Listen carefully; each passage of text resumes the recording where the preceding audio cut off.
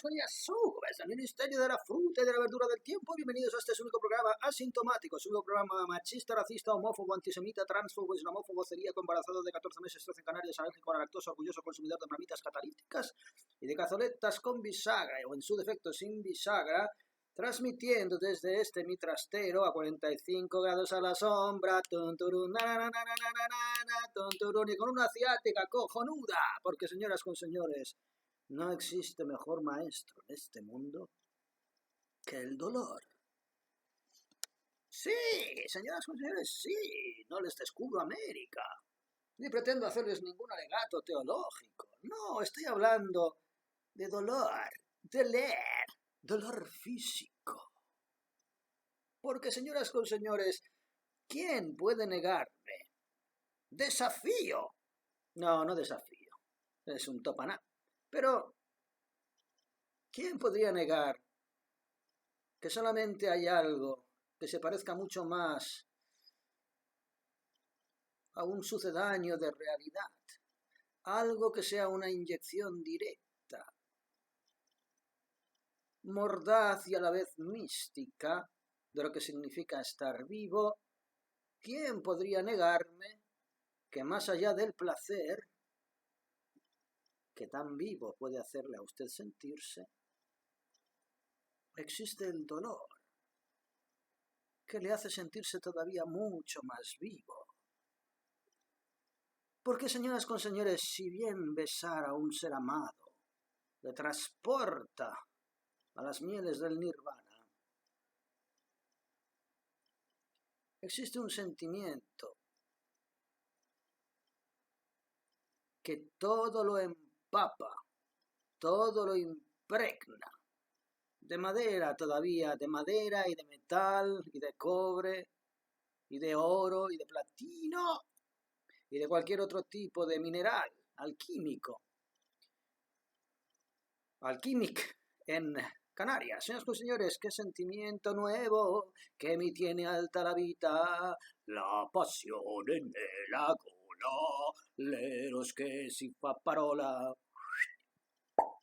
No, pongámonos series. Señoras y señores, pongámonos series de Netflix. No, señoras y señores. ¡Ay, qué dolor de ciática! No he tenido yo Netflix en mi vida, que lo sepan ustedes. No es motivo de orgullo, lo sé. Lo sé. Pero, sin embargo, ¿qué les decía? Sí, placer y dolor, dolor y placer. Si bien a besar al ser amado le puede transportar al nirvana, el profundo, profuso, incisivo, agudamente hiriente dolor de perder a un ser amado le transporta todavía mucho más a lugares mucho más abarcantes a nivel de conciencia. Sí, señores y señores, el dolor es el mejor maestro para ir adquiriendo nuevos niveles en el videojuego. En el videojuego de la tómbola de luz y de color, que no es más, como decían, ¡ah! Dios, qué dolor, los alquimistas. Sí, antes les he leído un extracto, si vuelvo a encontrarlo se lo vuelvo a leer porque merece. Decían que siempre estamos aquí perdiendo el tiempo de una manera absoluta. No, perdiendo el tiempo no se pierde. El tiempo no se pierde porque no existe. Pero, básicamente, lo que les quería volver a leer, que ya se lo he leído antes, pero se lo quiero volver a leer, dejar constancia en este vídeo, respecto a lo que los alquimistas pensaban sobre la vida, que es lo mismo que piensa el Evangelio y la Biblia. Si están ustedes adscritos a esa rama de la teología, si están ustedes adscritos a cualquier otra rama, taoísta, confucionista, vedanta, hinduista, anglicana o incluso la payasesca evangélica, no dejarán de llegar a las mismas conclusiones, porque la vida no es esta parodia que vivimos.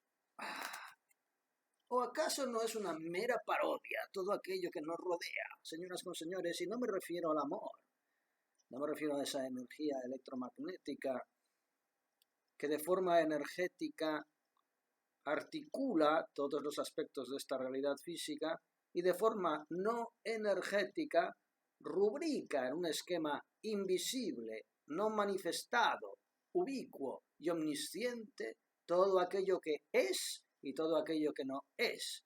Es decir, todo. ¿Qué es, pues, esta vida dentro de estas características?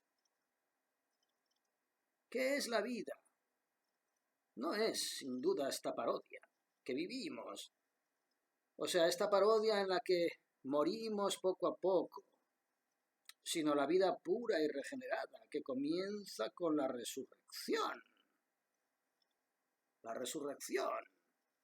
¿Cuánto nuestro evangelio, hackeado por las fuerzas nebulosas, hackeado, puesto que el evangelio es un hackeo en múltiples aspectos de la revolución cristiana, cosa de la cual hemos hablado en varios vídeos y no voy a insistir, ¿cuánto hablamos siempre de la resurrección? La resurrección, que es un término que parece que acabe fagocitando términos complementarios como los de vidas precedentes o vidas posteriores, o el concepto de reencarnación, Veda hinduista, tan repelido por el dogma de la Iglesia Católica y que sin embargo casa perfectamente no ya solamente con la realidad cuántica a la cual nos abocamos dentro de nuestra cultura empirista, fracasada, porque el cientifismo, la ciencia, es una manifestación del oscurantismo más profundo, sí, esa ciencia que dicta y dictamina que tenemos que comer o pincharnos para ser miembros selectos de esta sociedad borreguil. La reencarnación, la vida precedente, la vida sucediente, tan tabú dentro de ese dogma católico que supone un hackeo de la revolución cristiana, católico, protestante, luterano, calvinista, you name it. Esto no tiene nada que ver exclusivamente con el Papa León XIII, XIV, XV, XII en Canarias, me da igual, o el Benedicto anterior, o los que vengan en el Vaticano y en su puñetera mafia jesuítica. No estoy hablando de eso, estoy hablando de Cristo. Estoy hablando de su realidad crística como individuo, estoy hablando de la revolución cristiana, que nada tiene que ver con escrituras. Pero que incluso en las escrituras viene remarcado continuamente, porque el concepto de la resurrección a través de la reencarnación no está oculto en las Sagradas Escrituras. Y siempre les recito lo mismo. Juan Bautista como reencarnación del profeta Elías. Esa quizás es la más notable, pero existen múltiples otras. Dios, el dolor, qué gran maestro. Múltiples otras manifestaciones que revelan ese mecanismo cósmico y cuántico de la reencarnación, de la reverberación anímica y espiritual, fuerzas energéticas nuevamente cristalizadas en nuevas vainas bajo vibratoriales que manifiestan y purifican en una suerte de forja de almas cíclica ese perfeccionamiento al cual siempre aspira la unidad total, la unidad divina. Sí, ese dogma, si quieren ustedes, hablando de nuestra propia cultura occidental, ese dogma cruzado que aspiraba a la unidad con Dios a través de sacrificios terrenos, todos esos arquetipos de los que hablaba Jung, ¿no? El arquetipo del héroe, que se sacrifica en pro de la propia purificación individual, que se proyecta en la purificación total y global de sus propios seres, hermanos. Eso es el amor, esa es la metáfora crística, cristalina. Eso es el cristal de la revolución. Ese es el crisol de la revolución. donde se forjan las almas. Eso es Cristo, que al igual que al caballero que se sacrifica por una causa mayor en pro de su patria, de su amada, you name it, Cristo muere en la cruz para redimir los pecados de toda la humanidad. Señoras y señores, la metáfora de la revolución cristiana y crística reverbera en toda la cultura occidental medieval,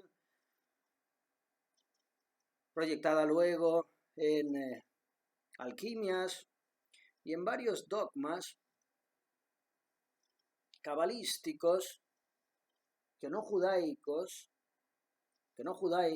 cabalísticos, puesto que la cábala tiene múltiples reverberaciones, con múltiples esquemas interpretativos y congregantes, que ahí es el error, que si templarios, que si cátaros como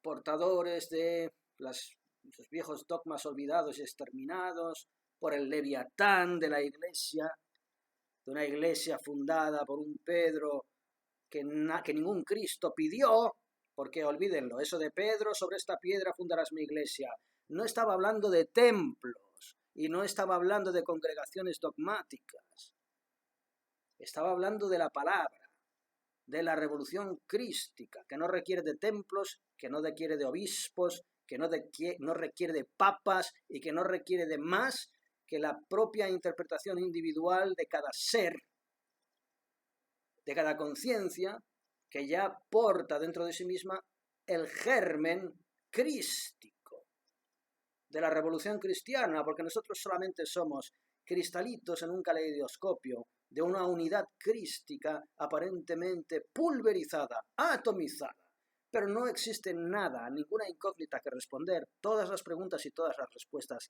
están albergadas dentro de nuestra propia naturaleza crística. Y bien, cuando hablamos de alquimia, decían, y termino, oigan, porque siempre dice, la vida no es la parodia que vivimos, o sea, en la que morimos poco a poco, sino la vida pura y regenerada que comienza con la resurrección. No hay que olvidar, sin embargo, que para resucitar hay que morir primero. Y aquí estamos, señoras con señores, para morir. Por aquí se pasa de puntillas. Aquí nadie triunfa y nadie fracasa. Esto no es más que un pasillo. ¿Cómo pretende usted triunfar o fracasar en un pasillo? Simplemente camina por un estrecho, un angosto meandro que le conduce a otro lugar. Y a lo máximo que puede aspirar en este meandro es a escuchar el eco sordo de sus propios pasos, mientras camina por él, en absoluta soledad, por mucha que sea la ilusión de compañía a su alrededor. No hay que olvidar, repito, sin embargo, que para resucitar hay que morir primero y que esta muerte es una experiencia que puede darse en vida. ¿Cuántas veces ha muerto ya usted en vida, amigo? Rememórelo, recuérdelo. ¿Cuántas veces ha sentido traicionado? ¿Cuántos amores ha perdido? ¿Cuánto desprecio ha cosechado? ¿Cuánta miseria? ¿Y cuánta alegría y cuánta bondad? Porque al igual que les digo que el placer y el dolor son dos manifestaciones de la misma surgente, la alegría y la tristeza también lo son.